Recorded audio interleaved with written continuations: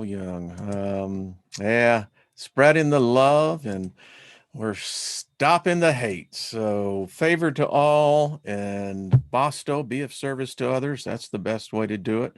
And full restoration for all of us. So yeah, I tell you what, the world is changing.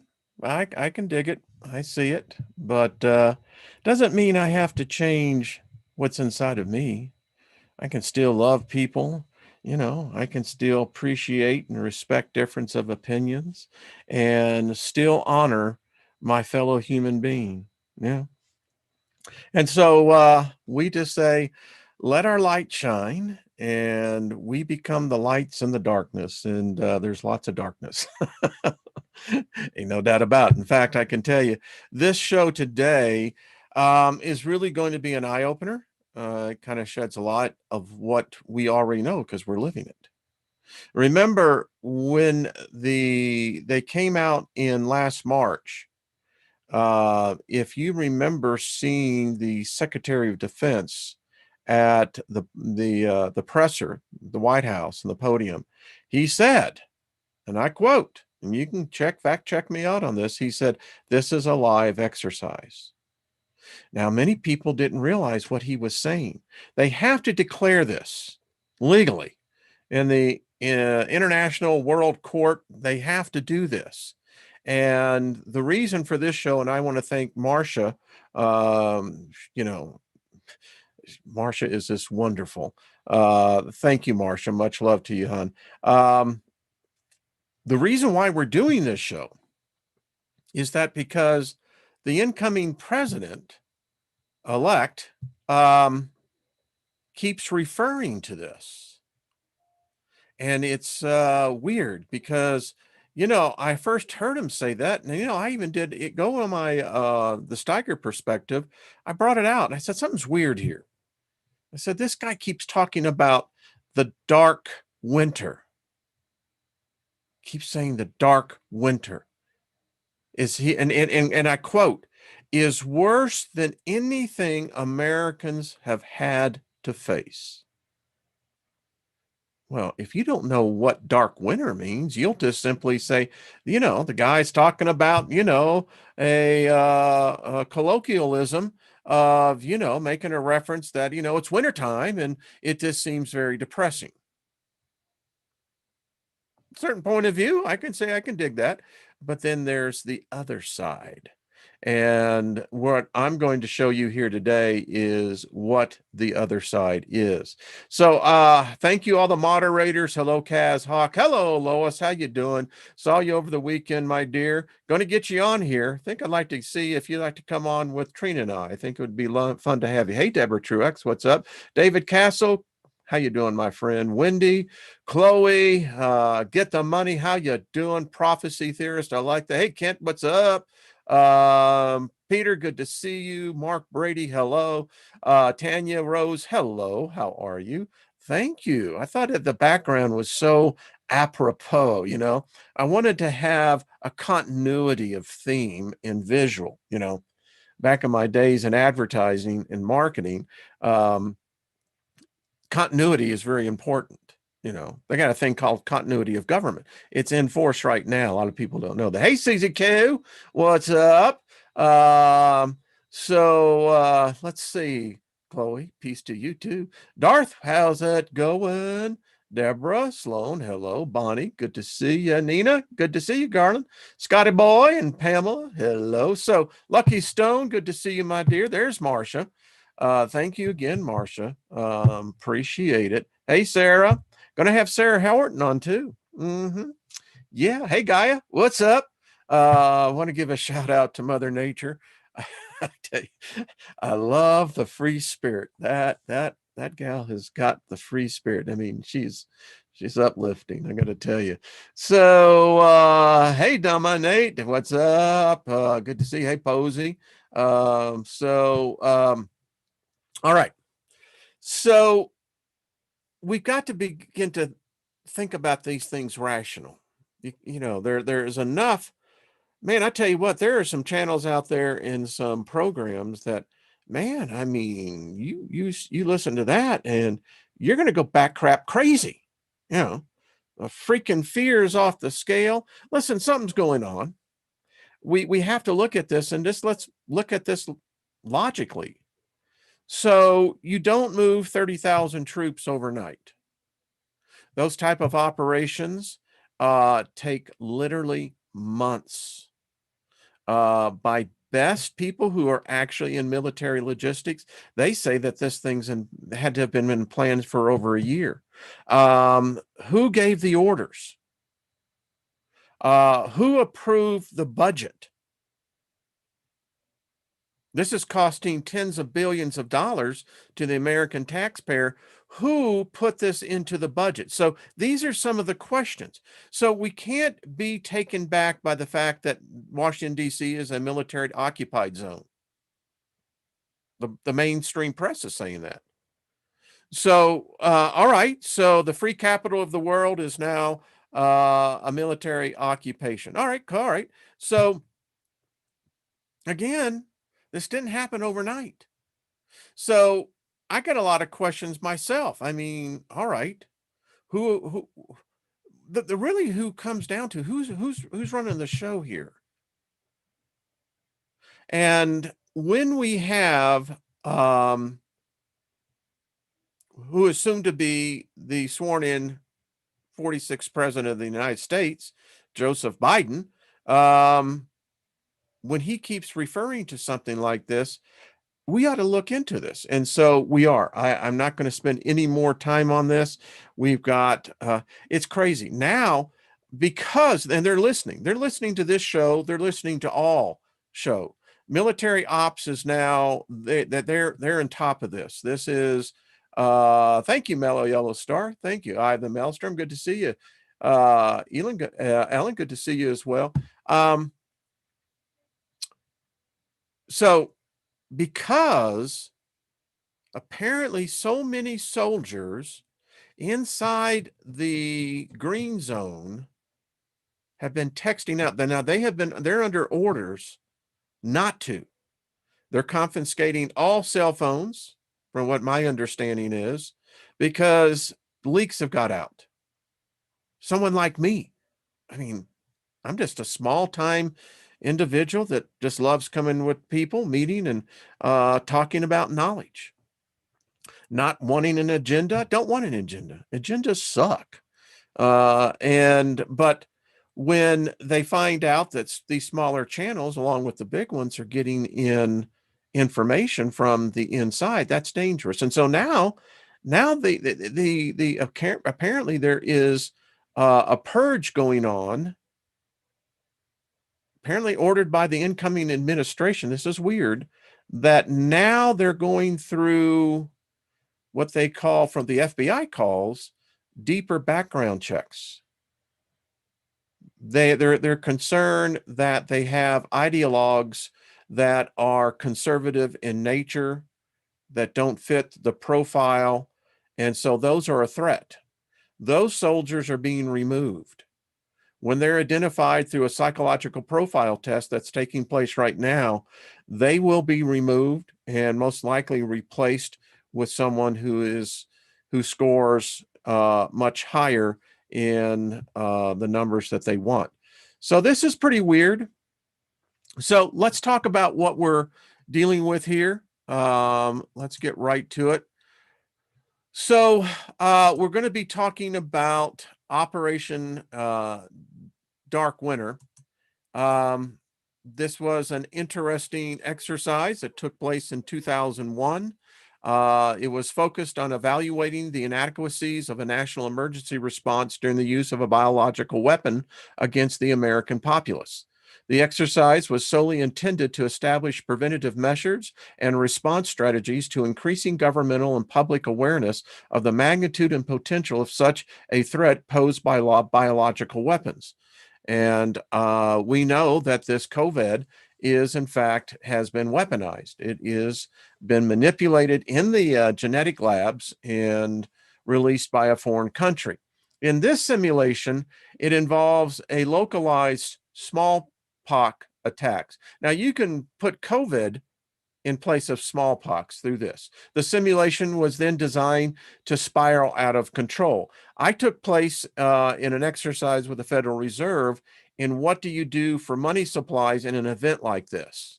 So I happen to know very personally a lot in this subject matter. I was in Boston, and it was a 2-day event, and it was very interesting. We were in groups, and each group had a particular piece. You didn't have the whole thing. You had a particular piece, and your pod, your group, would then do the analysis and then come up for the recommendations. And then those were channeled into the chain, which eventually came and was synthesized down to solutions. That's how these things work.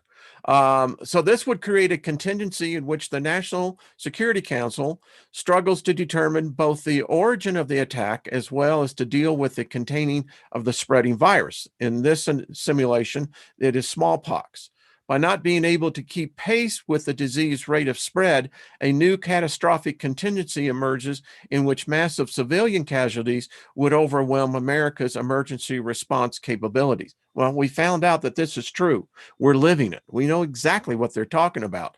The disaster contingencies that would result in the massive loss of civilian life were used to exploit the weakness in the U.S. healthcare infrastructure. It's interesting to me that we've known about these weaknesses, and administration after administration, the Bush administration, the Obama administration, the Trump administration, and I guess in the Biden administration as well, these have been serious weaknesses in national security.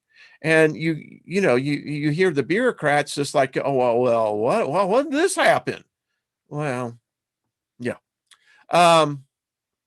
The contingencies were also meant to address the widespread panic that would emerge and would result in mass social breakdown and mob violence.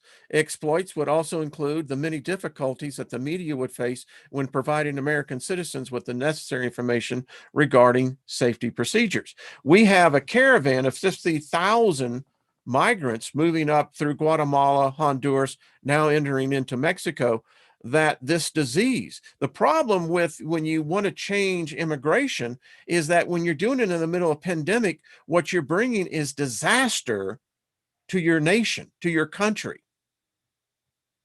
I mean, we can't contain it now. The virus is showing to be much more resilient, and we could get into that, but we won't. So we've got real challenges here. The Dark Winter exercise portrayed a fictional scenario depicting a covert smallpox attack on a U.S. citizen.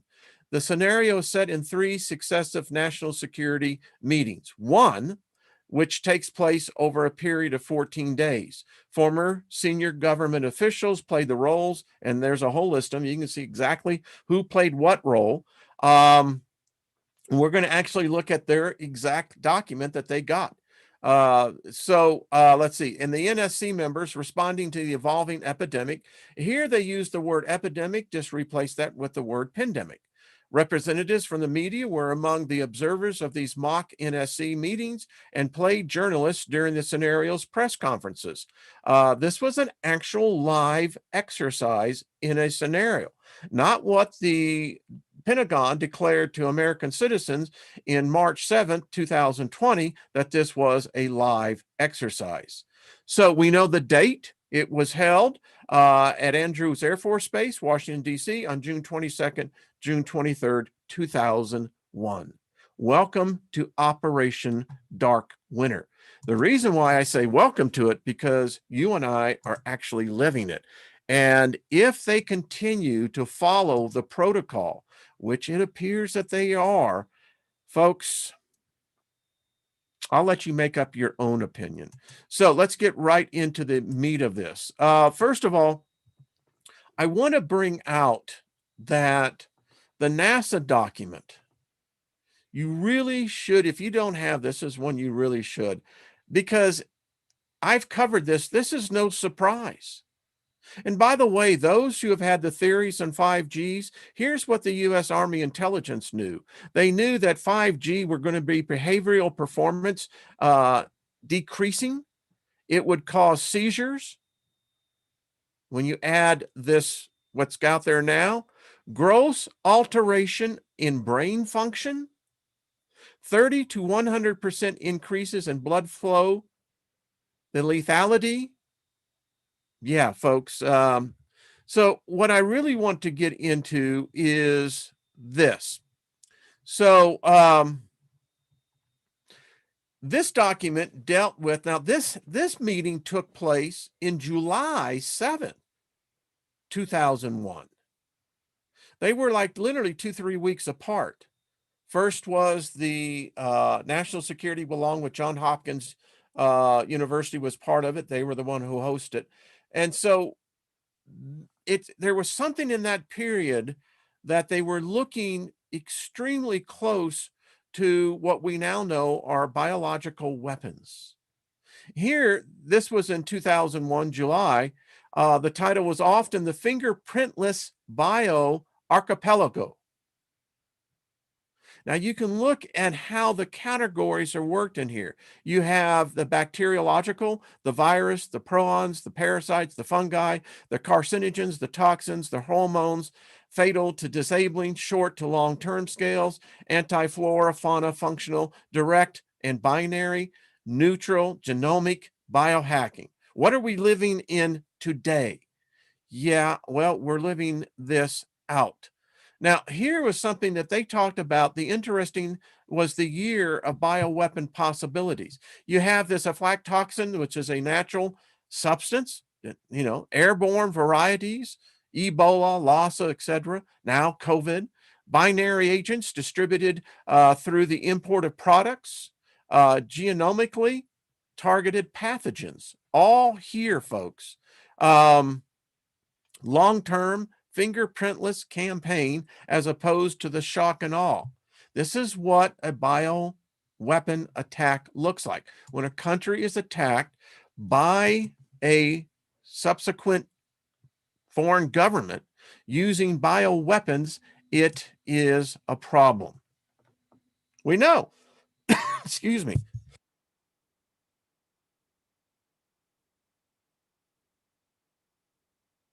Okay.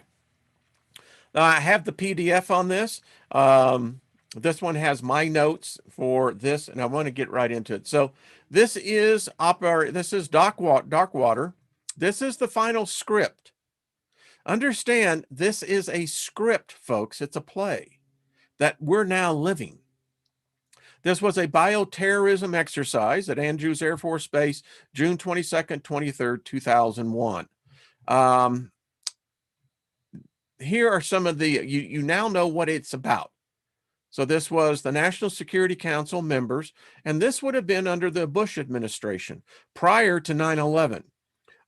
Members responding to the smallpox crisis, exercising participants were given information about unfolding events in 4 important ways: briefings, memos, newspaper summaries, and video news clips.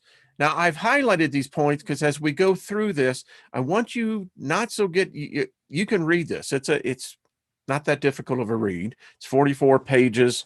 This is my copy. Marked all up with my personal notes because it's very, very revealing. And if you have the ability to be able to expand beyond just the words, yeah. So several key things. The exercise was the controllers are playing the roles of deputies and special assistants. So the players really begin to take on these roles. And if you've ever been a part of these exercises, you know that it doesn't take that long for you literally, you create a servitor because it becomes you in the role that you're playing. Think about that. So throughout the exercise, they were given memos, just like it was a live event. The exercise began with a briefing on the geopolitical context, and we start from there.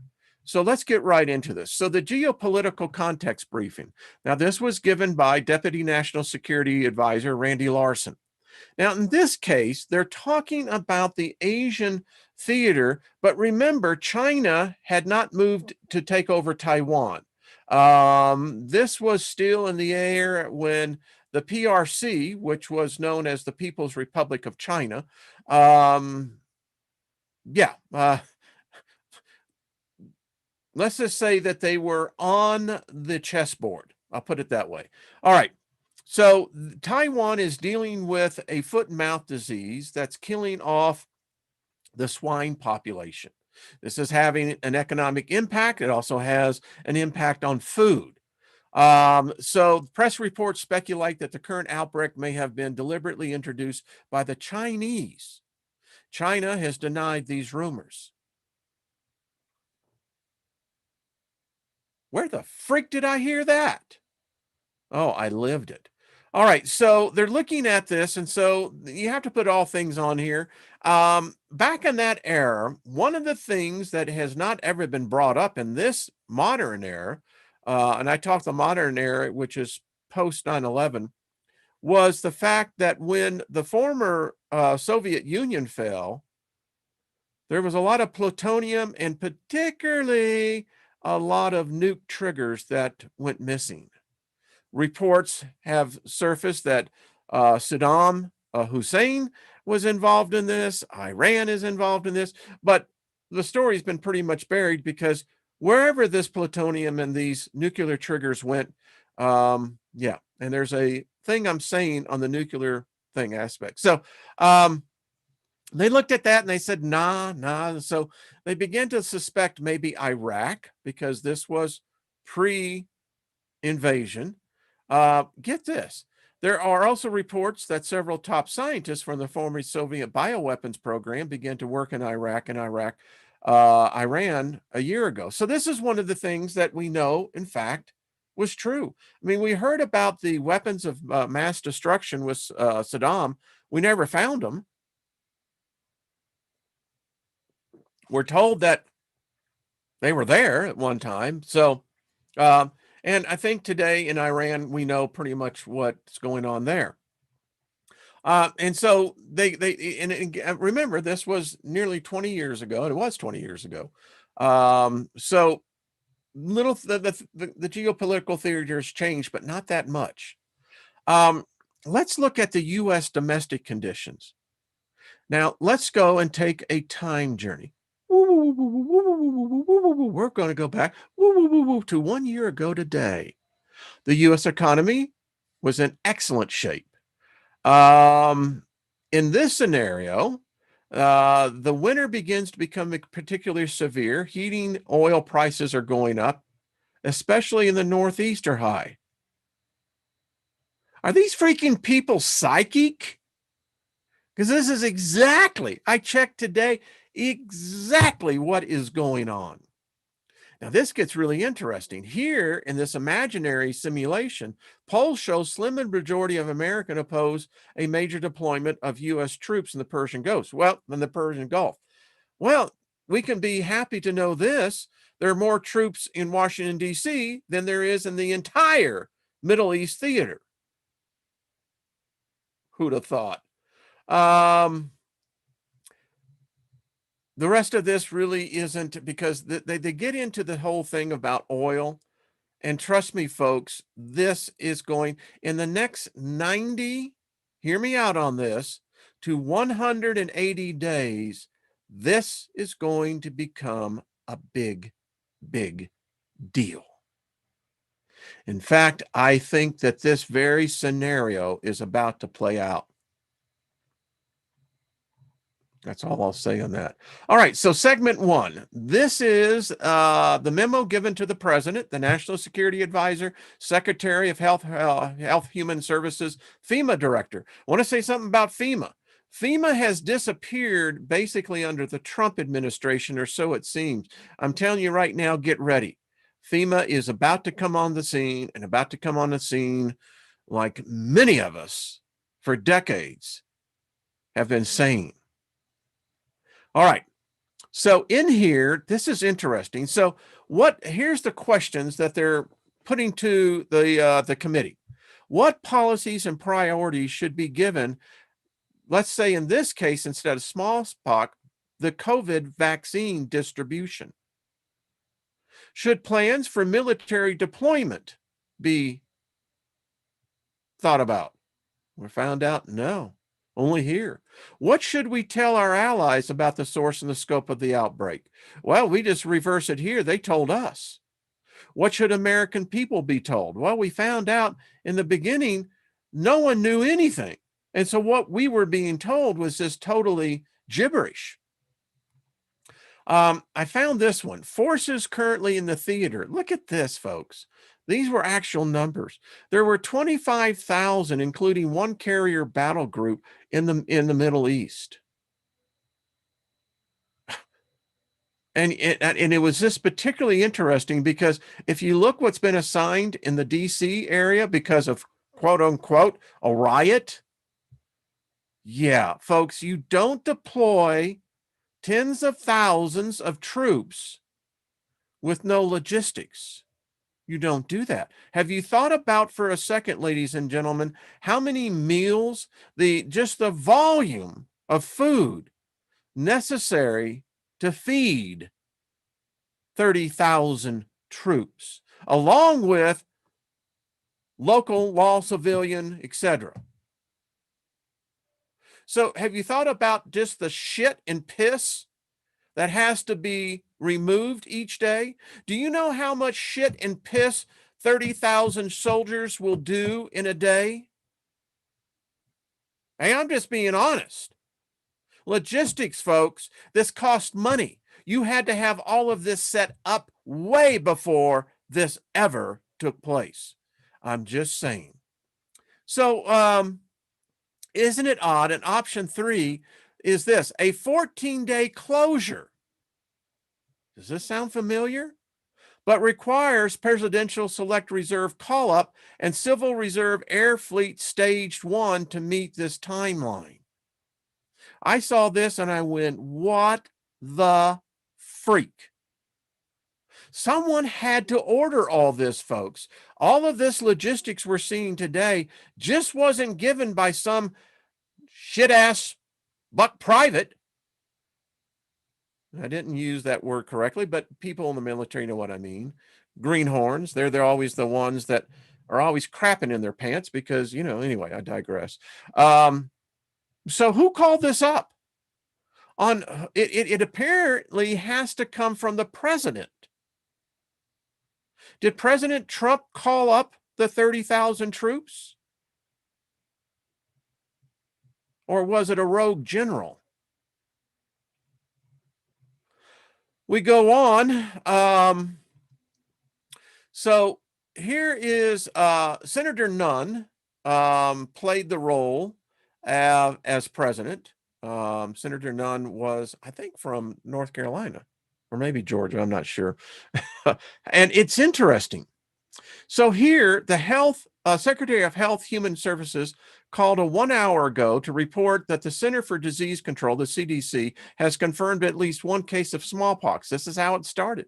And maybe as many as 20 have occurred. Now, with smallpox, it's highly contagious. It appears that it's hard to determine what this one is. Now, what was interesting is that they immediately begin to realize that this was a result of a bioterrorist attack. Now, in the beginning of this, when they called this the Wuhan Chinese virus, why? Because we now know it came from the lab right there in Wuhan. The UN is waiting to get their teams in there. China hasn't allowed them in yet. Yeah. Now, I highlighted points in this so we can just keep moving on this. It's 44 pages, and I want to get through it. A large portion of the world population is now susceptible to smallpox. This is true.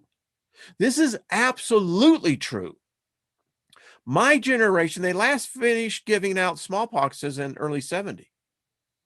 We have 3 generations that have no immunity to this.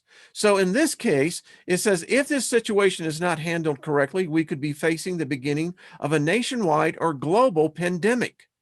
No doubt the prospect of contracting this dreaded, lethal, highly contagious disease will cause great concern among U.S. citizens and the world community. The outbreak may also have significant economic impacts. Well, we now know that that's not hypothesis, that's true. It goes on to say it's meant to distract U.S. leadership or to intimidate the civilian population. Isn't this what we have seen, particularly with Congress, particularly, in the administration? It has been total chaos, total distraction. This has come to pass. And I wrote in my notes throughout all this that this is exactly what happened. So now we have the governor of Oklahoma, who in this case was Keating, which was really the governor of Oklahoma. So he played his role as his state has been the center of the focus where the attack. He says, well, it looks like my state has been attacked by a bioweapon. He goes on to say, we understand that the emergency rooms are extremely crowded, that our state health department is having difficulty getting information directly from hospital management. Still happening now because many phone lines have gone down. Apparently, remember, the internet was not as the internet is today. You have more of a reliance on the hardwire. It's interesting that they said that because many phone lines have gone down, apparently from overuse. The city is calm, although we have heard from CNN, isn't it CNN always around, that many hospital staffs have failed to show up for work since the first suspicion of the virus was reported yesterday. This is what we're finding out. This is true.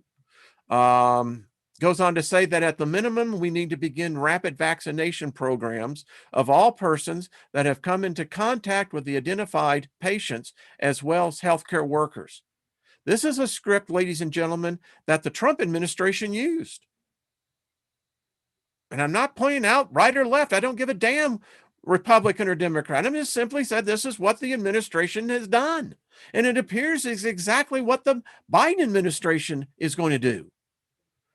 He goes here, he says, I'm declaring a state of emergency, but he basically implores the president to invoke the Stanford Act. Now, this is really interesting because Trump did not invoke the Stanford Act, and not that I'm aware of.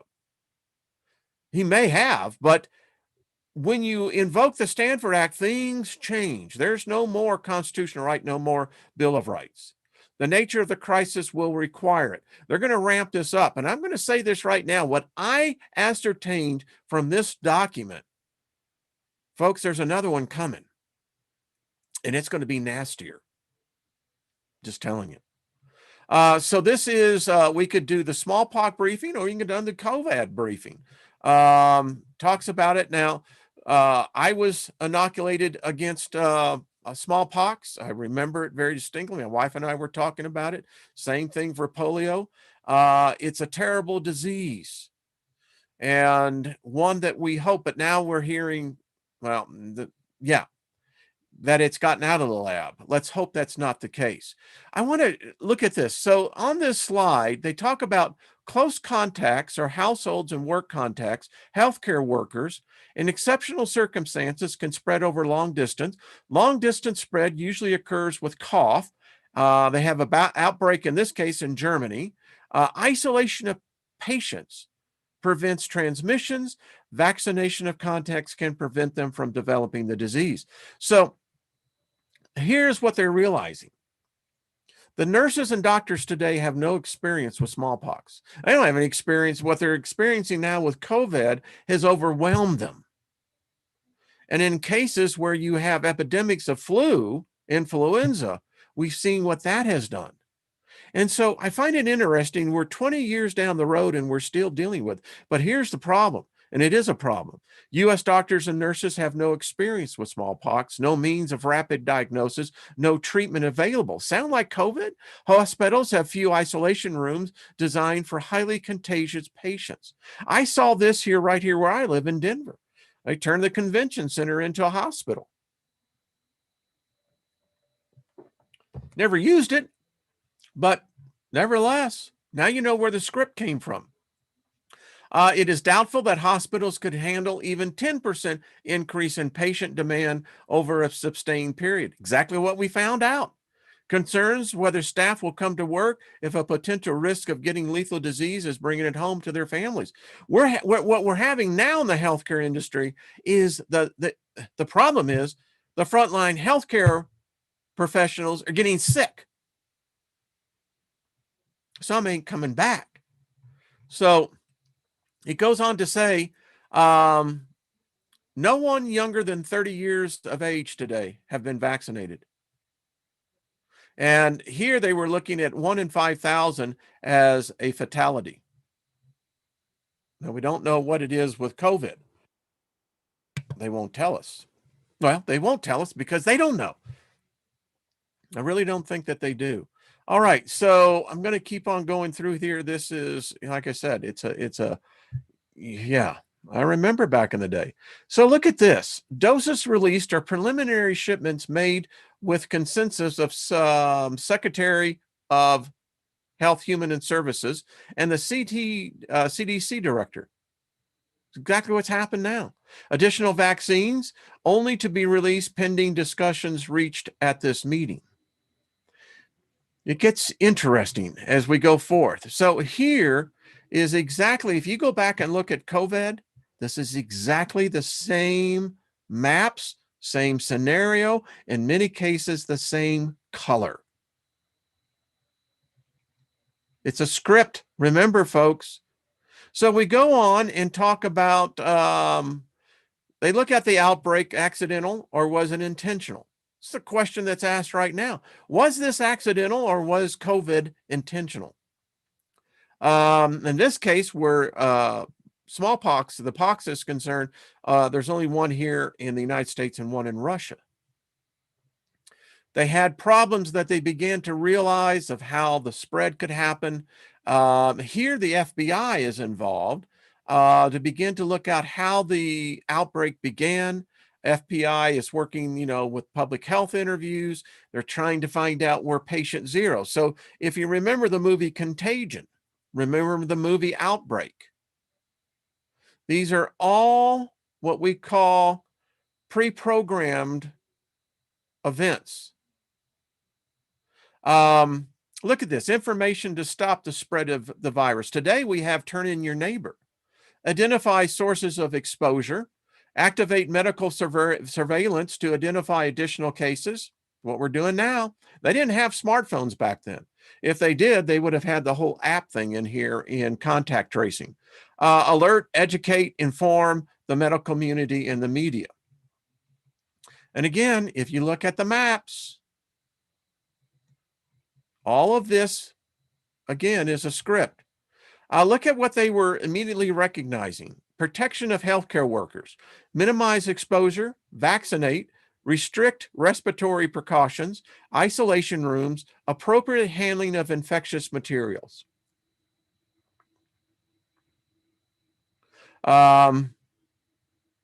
Here they had the same problem with the mask.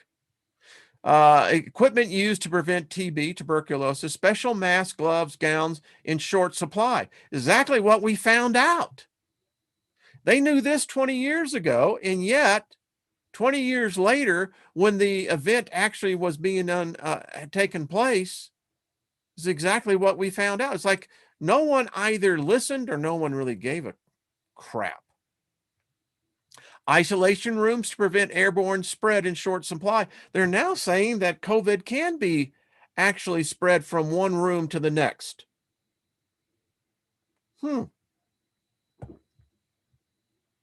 Seeing a pattern?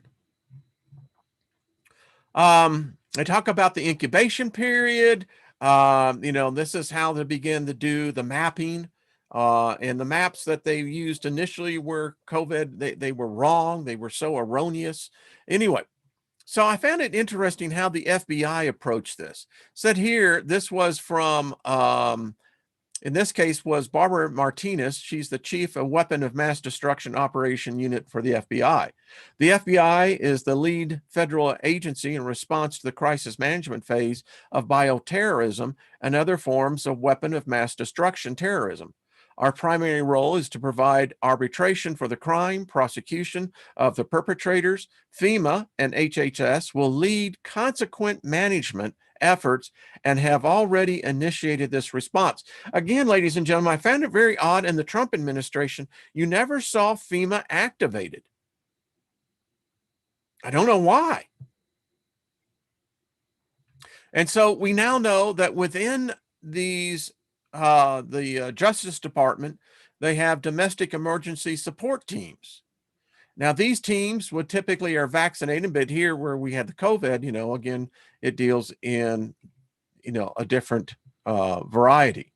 I found this one really interesting. So this was given to the DCI, the FBI director, and it talks about specifically former bioweapons, smallpox experts said to be in Iraq. And so this is really interesting because bioweapon terrorism has been, well, it's been their ace in the up their, how do I say this? It's been their ace card. I didn't want to say trump card because people get such a play on that. But they knew the anticipation of a bioweapon attack would be, well, they had projected catastrophic. They were right. Here, the People's Republic of China has announced it is holding the U.S. responsible. And that is exactly what they did. Fact check me on this. This is exactly what they did 6 months ago. Yeah.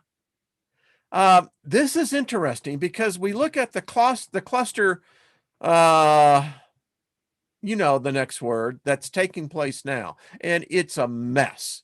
And so this was interesting. So in the vaccine distribution policy of option briefings, now I have told you this, that it's always been my thought that they were going to militarize this. I think that's exactly what they're doing. So here's something they found. Exposure determined by history. There was no rapid, reliable test available.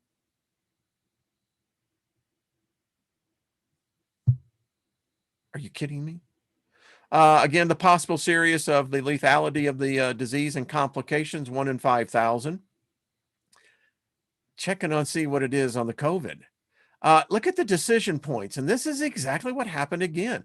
National versus state vaccination policy. And here's where they made the mistake. The feds just dumped this on the states, and the states didn't know what the hell to do. That was just they never done this before.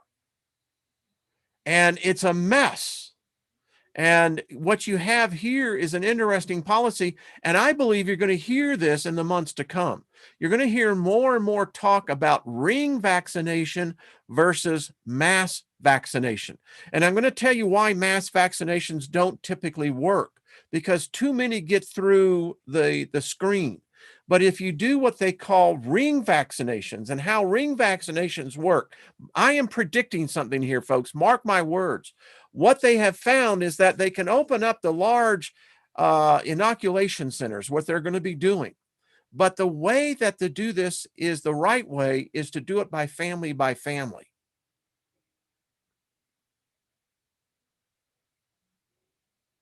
Doing it family by family virtually seals the net. Hear me out.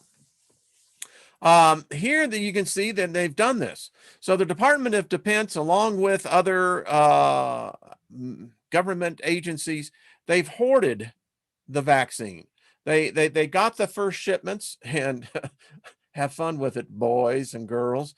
And so this was allocated away from the public. This is exactly what they did here. Vaccinate healthcare workers, public safety, elected officials, their families. I ain't lying to you, folks. Size of allotment to states have been a huge problem. States are complaining that those who were opposed to the president didn't get their allotted amount, etc. Yeah. And then look at here. They were dealing with mandatory versus voluntary immunization. Still dealing with it. Goes on to say the Secretary of Health, Human Services, Surgeon General, Director of CDC can release vaccines to state should the president retain this authority. Didn't you know the president had that authority? Can the feds enforce priorities if it sets them? Immunization programs administered by local officials. This is mandatory forced vaccination. Healthcare workers, public safety, arguably essential personnel with high risk of contact with victims.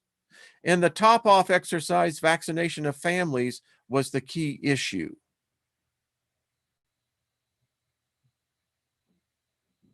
Are you getting it? They will be doing this. Family by family, house by house, apartment by apartment. Mark my words, you're going to start seeing this in the other countries. In Europe, get ready. So the vaccination policy becomes a real challenge here. Decision points, ring vaccination. You see, this is why ring vaccination works. This is where the Trump administration, I'm sure, was hesitant. But here's what the ring vaccination does. Close contacts, healthcare workers, investigators, minimize use of the vaccine. Logistically, you have some personal hurdles, loose and tight definitions. And I'm sure that they have maybe defined these now. It's scary. So when we get into the mass immunizations, they prefer it if adequate a supply. So, it's logistically easier. They say it's a shotgun approach. You may hit the target, may stop the spread, maybe not. Still must do contract tracing. Now that's how the polio went, and the same thing with measles. Measles is highly contagious and deadly. You got 50,000 people coming up through Central America who've never been vaccinated against anything. And they're bringing with them a whole host. And here's the nightmare scenario. Within these 50,000 caravans of these migrants moving up, what happens when you start having the coronavirus and the mutations of COVID-19 begin to mutate with other strains of who knows what? You're unleashing death is what you're unleashing. With ring vaccination, if you get it wrong, people die because you missed. Mass immunization may reduce public anxiety. Recent meningitis outbreaks, 1 to 3 people get sick from every contact, creates great public anxiety. Now, having been a survivor of spinal meningitis, I can tell you, I had the CDC all up my rectum and everything else. When I was in Knoxville, Tennessee, when I came out of the coma, they literally, I was in, you couldn't get into my room unless you were in a biosuit. I'll put it that way. I know about these policies and I know what they can do. I mean, yeah, anyway. Deputy committee recommendations on disease constraints, isolate patients, dedicated centers, dedicated isolation in hospitals, contacts, vaccines, stay at home, fever watch, a fever, move to treatment centers. Sound familiar? Vaccination, isolation, not forcibly imposed. That's where we are right now. Minimize gatherings, close schools in affected states. Now, this is what they screwed up in. They just did the mass cover of everything instead of being much more, how should we say, intelligent about it. And in fact, this is what they have found in one particular school district. I think it's in Texas. They never did shut down, but they did do these particular points. Interesting.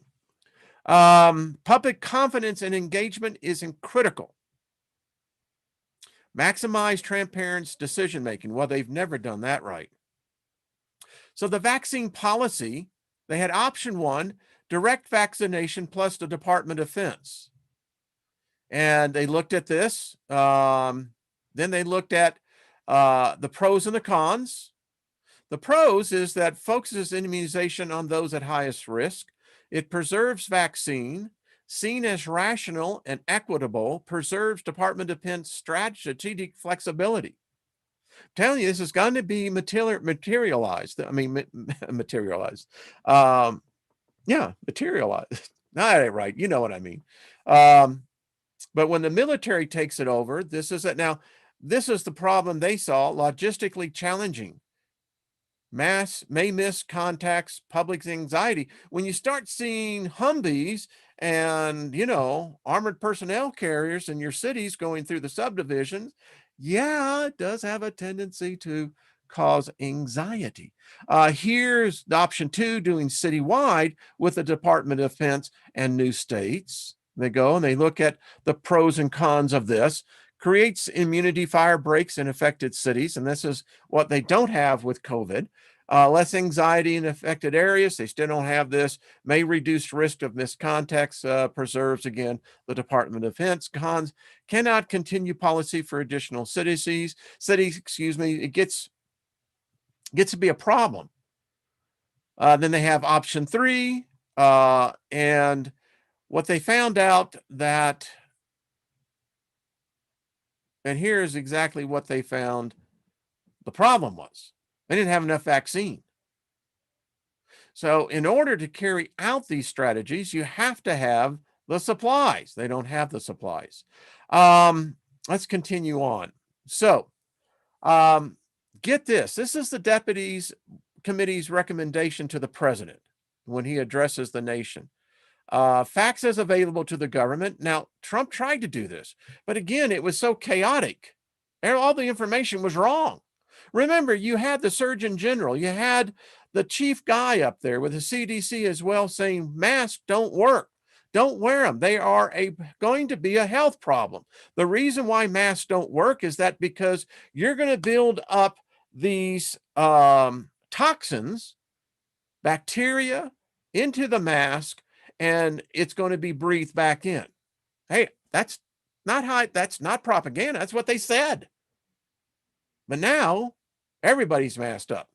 Federal roles and responsibilities, they were still trying to define this. State roles, they're still defining this. What the public should do, clarify American response to the incident if this was, in fact, a bioweapon attack. So, get this. They realized that hospitals overwhelmed, care suffering. They knew that there were going to be, particularly with the elderly. It went on to read, as tens of thousands of ill or anxious persons seek care around the country, hospitals in mostly highly infected states face desperate situations. Doctor, nurses are scarce and exhausted. Many hospital employees are not showing up for work for fear of contagion. Employees who do not report for work must struggle to get through the crowds. Most hospitals report grossly inadequate supplies and insufficient isolation rooms to care for patients with the pox. Some hospital in Pennsylvania reportedly faces imminent bankruptcy and possible closure as the need to care for floods of anxious patients interrupt normal revenue streams. Now, what they do, the federal government is now paying hospitals for each COVID death. So technically, there's a bounty on our head if you get sick. This is the truth. This is not conspiracy theory. This is how it works. That's why you don't see any more deaths of flu. You don't see any more deaths of heart attacks. You don't see any more deaths of cancer. They're all COVID related. Why? Because if the hospital put down that it was cardiac arrest, they don't get paid for that.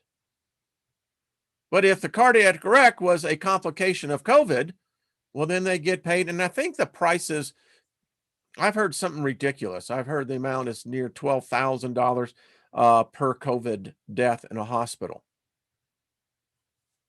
You can see here, they knew that and it's happening now because people are anxious. They want to, they want to protect themselves. Mother pleads for vaccine as supply dwindles. Violence breaks out at vaccination sites. Borders closed to U.S. trade and travelers. Sound familiar? Government responses criticized. Governor considers closing stores to halt disease spread. Merchants anxious about holiday sales. We lived it, still are. Look at the service industry is decimated. It's going to take, some estimates are at least a decade to get back to what it was pre-pandemic declaration. Here was a big problem. They knew that this was a problem. And look at what else is here. Hello, New Mexico. Food shortages in some cities. Many restaurants close. They were forced to close. And in the idiocy is that you say, well, what we can do is open the restaurant for 25% capacity. No business can operate in 25%. The idea is the business is to operate at full capacity. Now, I was in the restaurant industry, worked with the group that actually developed the first pay at the table application. Know something about that industry, and I'm telling you, it's never coming back. Department of Defense reluctant to release assets for civilian use. This is exactly what's happening now. But we're spending tens of billions of dollars in the occupation of Washington, D.C. Sure. In here, National Guard invaluable in crisis. Special teams of little use. The National Guard has performed critical services in all states affected by the crisis, from establishing communication links between hospitals and public agencies. They did not do this time. I don't know why. They should have. To delivering vaccines, to providing security at emergency rooms overrun by anxious patients. The Guard has played many vital roles, but the specially trained teams designed to respond to chemical and bio attack have found little call for their expertise. Why? The horse is out of the barn.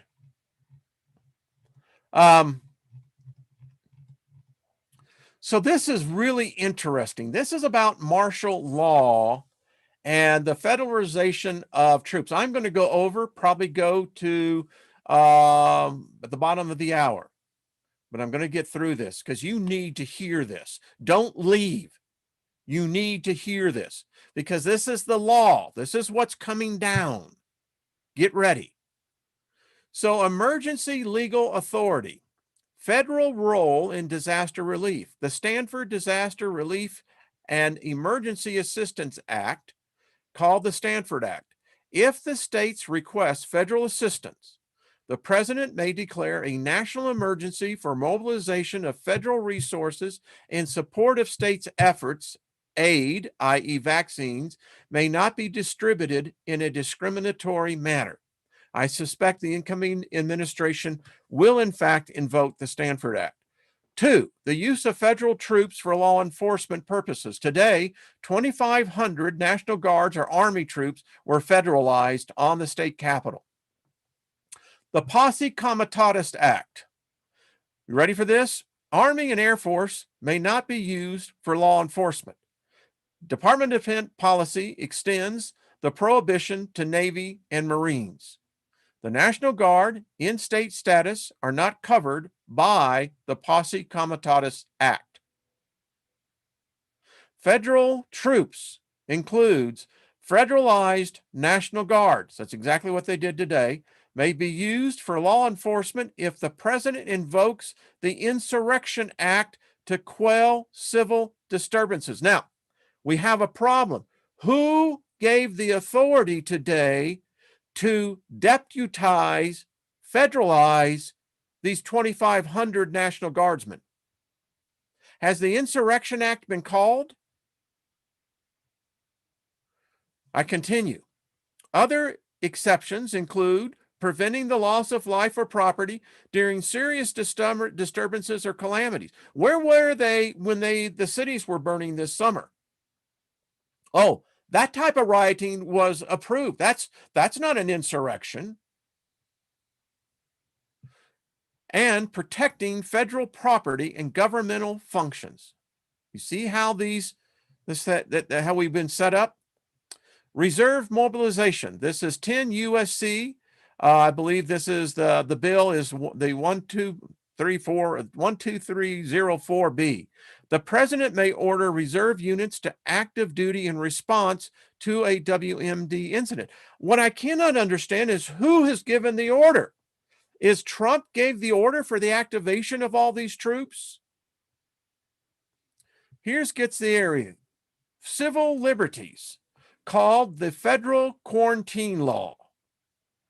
Public health law is primarily a state concern. Hear me?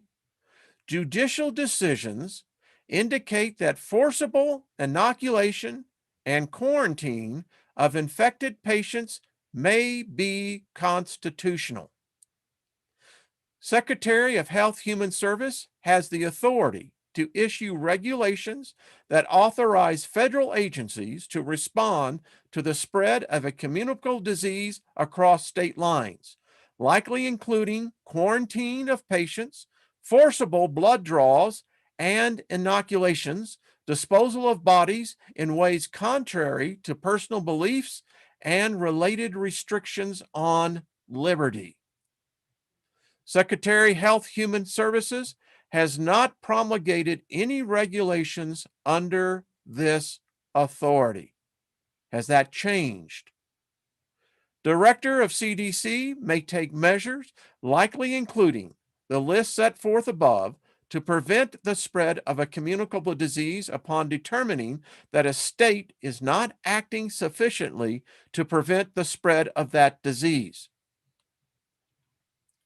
A person who has a communicable disease in the communicable period shall not travel from one state or possession to another without a permit from the health officer of the state if such a permit is required under the law of the designation state. Papers, please. Quelling civil disturbances. The Insurrection Act. State and local governments have primarily responsibility for quelling rebellions. This is in the law, folks. You can look at it. Just look up the Insurrection Act.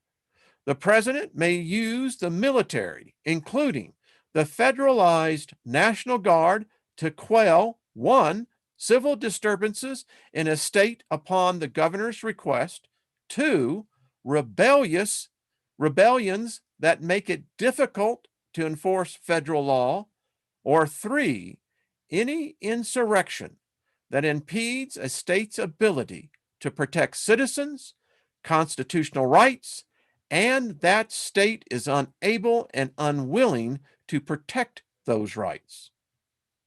Before committing U.S. troops, the president must issue a proclamation for rebellious citizens to disperse, cease, and desist. What they are doing in Capitol Hill, Congress, is illegal. You have no constitutional right. Only the president can call the Insurrection Act. Congress cannot. An individual senator cannot. A judge cannot. The Speaker of the House cannot.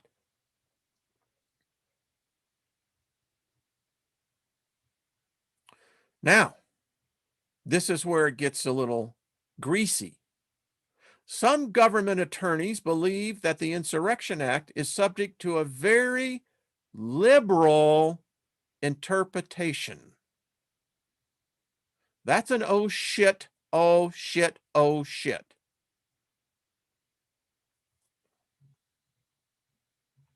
Martial rule, and it's not M-A-R-S-H-A-L. Come on, folks. Don't make yourself look bad. Martial law is spelled M-A-R-T-I-A-L.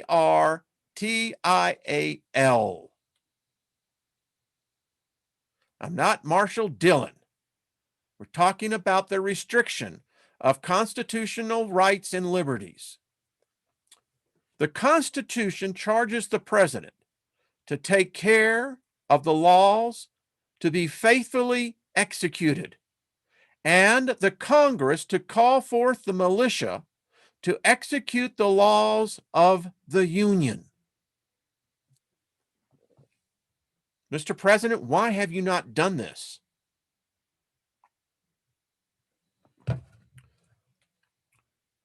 Article 32 CFR 501.4. Martial law depends for its justification upon public necessity, Necessity gives rise to its creation. Necessity justifies its exercise, and necessity limits its duration. The extent of the military force used and the actual measures taken, consequently, will depend upon the actual threat or order and public safety which exist at the time. The president normally announces his decision by a proclamation, which should detail the substance of the martial rule. There are judicial decisions and scholarly articles indicating that the president has some meta-constitutional authority to act in times of national emergency. What meta-constitutional authority means, he can suspend parts or all of the Constitution under martial law, but it has to have a time limit. The preconditions for martial rule are unclear, but it is likely that the preconditions for imposing martial rule are satisfied if a crisis threatens to undermine the stability of the United States government. The parameters for martial law are unclear, such as whether martial rule can be imposed over entire swaths of the U.S., or whether martial rule must be confined only to areas in which the crisis is occurring. This is key. This is why no president has declared martial law nationally. I don't know if it would be able to stand up in the courts, but in this day and age, who knows? They've obviously have thought this out. Let's continue. Options for martial rule include, but are not limited to, prohibition of free assembly, national travel ban, quarantine of certain areas, suspension of writ of habeas corpus, i.e. arrest without due process, and or military trials in the event that the court system becomes dysfunctional.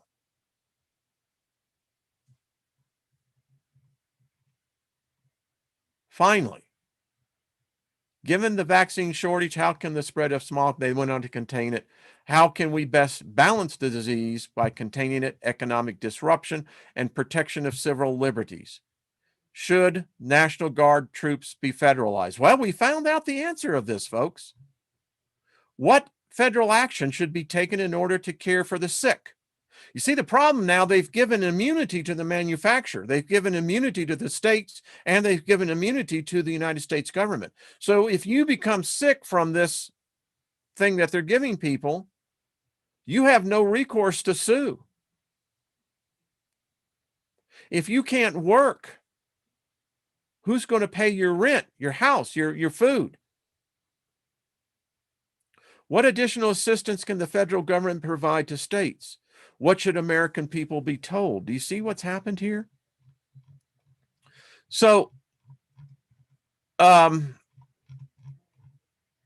you can see how the map developed, it's the same maps, folks, all the way across the board. And they went on and they knew that the medical system that was set up in the United States could not handle a pandemic. They knew it. Insufficient hospital rooms, isolation rooms, vaccine, how do you, the proper distribution, how do you really get everyone inoculated? Since, this has not been done for decades, nearly 50 years. FEMA remarks, and I'm telling you, FEMA is going to get involved in this. In the number of states, the National Guard is being used to support the struggling healthcare system. Guardsmen are delivering food, critical supplies, and maintaining security, in this case at hospitals, but are insufficient numbers to do that is required. FEMA has been receiving disturbing reports from many parts of the country that medical care for non-smallpox related illness is being significantly disrupted by the pandemic. This is exactly what is happening now. Exactly. Citing growing shortages of medical supplies and increasingly dangerous conditions, Many states have closed schools, prohibited public meetings. Some states have closed transportation links, including airports. Patients and contacts in their homes, getting food and appropriate medical care, all affected, is proving difficult. Talks about, in this case, 20 hospitals closed their door. And as we continue looking at this, we now know that this exercise has addressed everything that we are seeing here today. And again, don't take smallpox and just put COVID in there. And here they knew that the patients, the non-smallpox patients who were left hospitalized or too sick to move, this was a compounding problem, and it's a compounding problem now. It basically comes down to this. The recommendations within this, and if you want this document, I'll be more than happy to send it to you. It's one you should have so you can keep the idea of what is taking place. The final part of this is the recommendation. This is the one that really disturbed me. And I fully anticipate that this is going to happen. The evidence available does not rule out a second attack. We were attacked by China. I know they don't like to hear that, but that's what happened. It came from them. And they also knew that the crisis is causing grave economic danger to U.S. businesses and investors.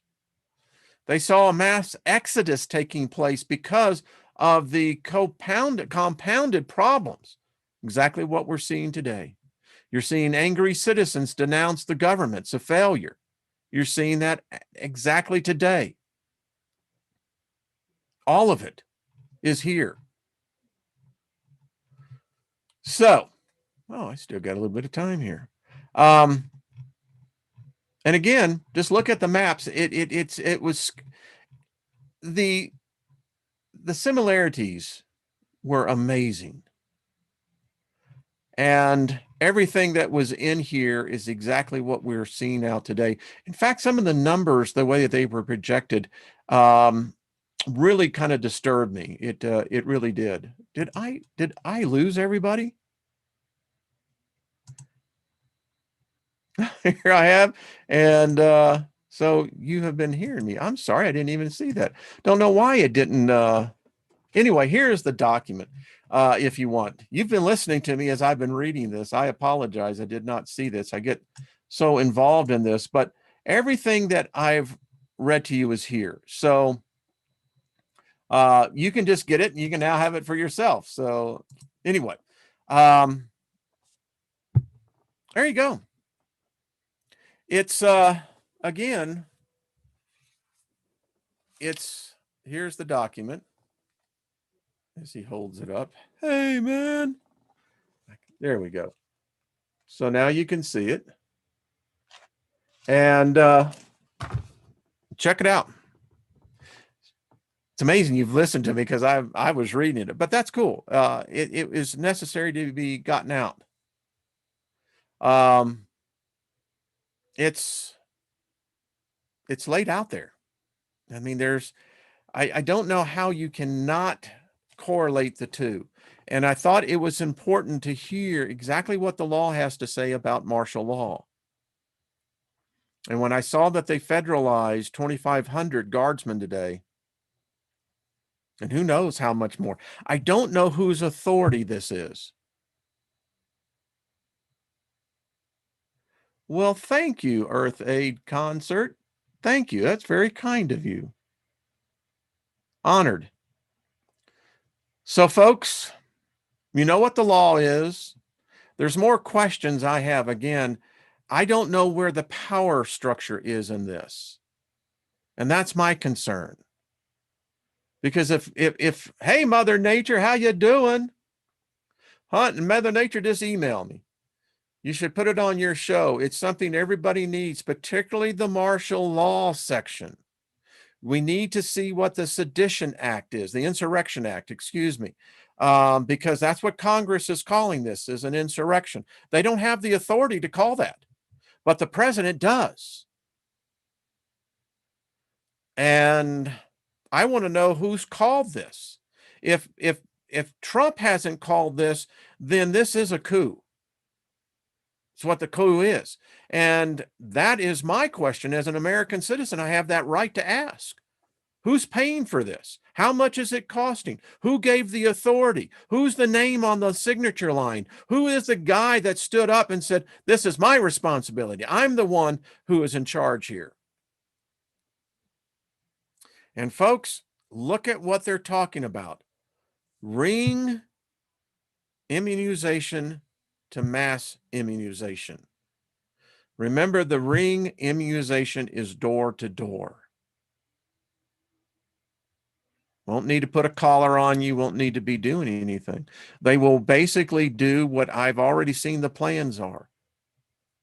You would have teams move into residential areas, and most likely accompanied with law enforcement. Okay.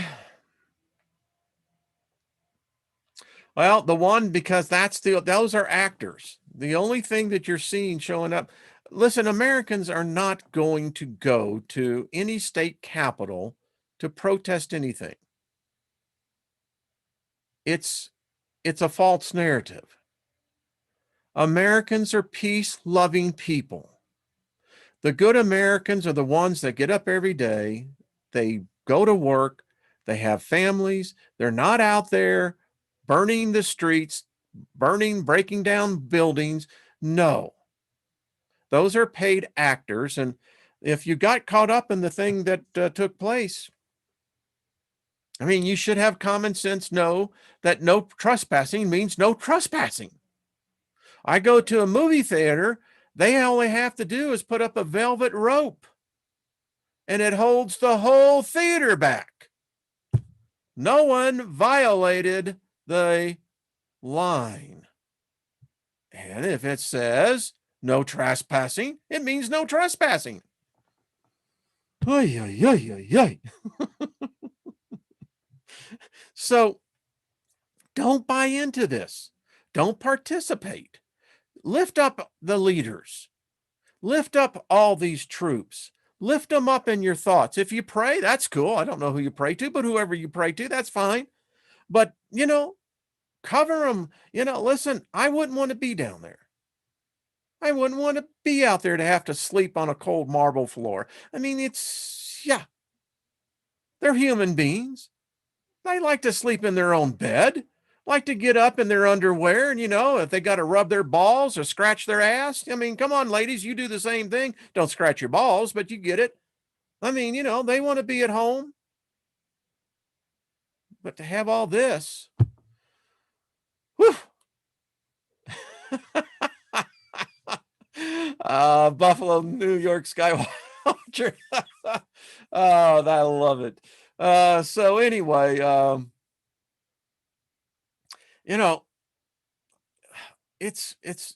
we got to stop the hate. Just got to stop it. All right. I did not see that I was reading it, but you heard it, and it turned out just fine. If you want the document, get it yourself. It is exactly what Joe Biden is talking about. This is the dark winter. And this 44 pages, if again, you extrapolate at it, you're intelligent enough to do that. The ones that email me, you'll be getting my marked up copy. I've already done the work for you. You can refer it to your friends immediately. You don't have to read the whole damn thing. You can go to the highlight sections. If you just want to go to the martial law sections and teach people what exactly the law states, then do it. You have my permission. So,